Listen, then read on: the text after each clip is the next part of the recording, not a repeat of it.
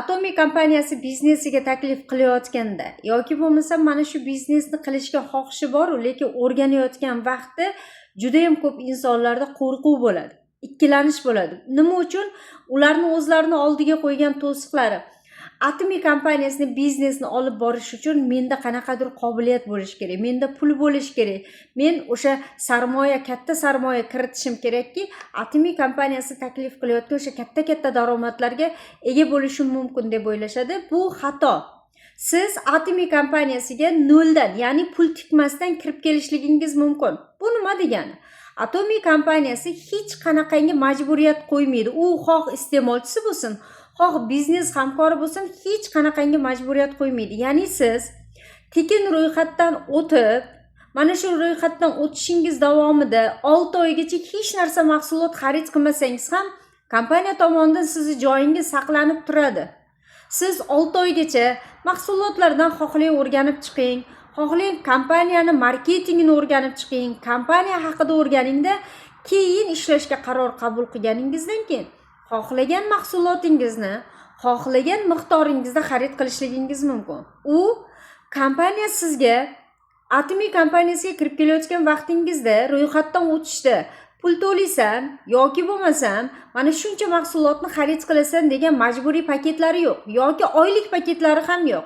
Sen har oy mana shuncha PVlik yoki mana shuncha summalik mahsulotdan xarid qilasan degan umuman majburiyati yo'q. Siz oddiy iste'molchi sifatida 600 xildan oshiq bo'lgan mahsulot. Nima u? Soch parvarishi, teri parvarishi, uy ro'zg'or buyumlari. Xullas mana shu mahsulotlarni, ya'ni oilaviy, xonadoningizda kerakli bo'lgan mahsulotlarni o'zingiz xohlagan miqdoringizda xarid qilishligingiz, xohlagan summaga xarid qilishligingiz mumkin va o'zingizni biznesingizni boshlashligingiz mumkin. Biznesni boshlash nima? Biznesni boshlash bu tarmoq yaratish. Agarda siz o'zingiz foydalanayotgan mahsulotni atrofingizdagilarga tavsiya qila oladigan bo'lsangiz, sizni tarmog'ingiz, ya'ni sizni biznesingiz yaratildi degani.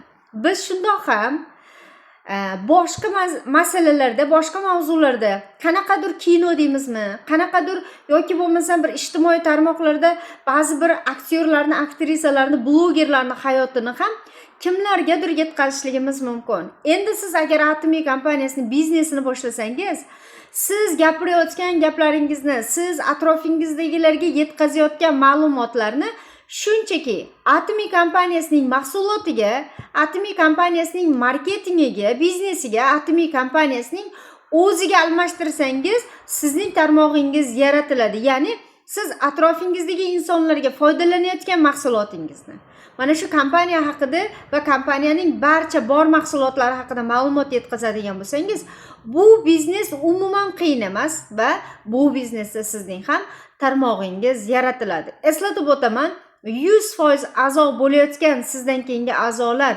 sizga taalluqli bo'lganligi uchun, sizga tegishli bo'lganligi uchun ham siz bemalol bu kompaniyada biznesingizni boshlab, biznesingizni davom ettirib, yaxshi daromadlarga chiqishligingiz mumkin.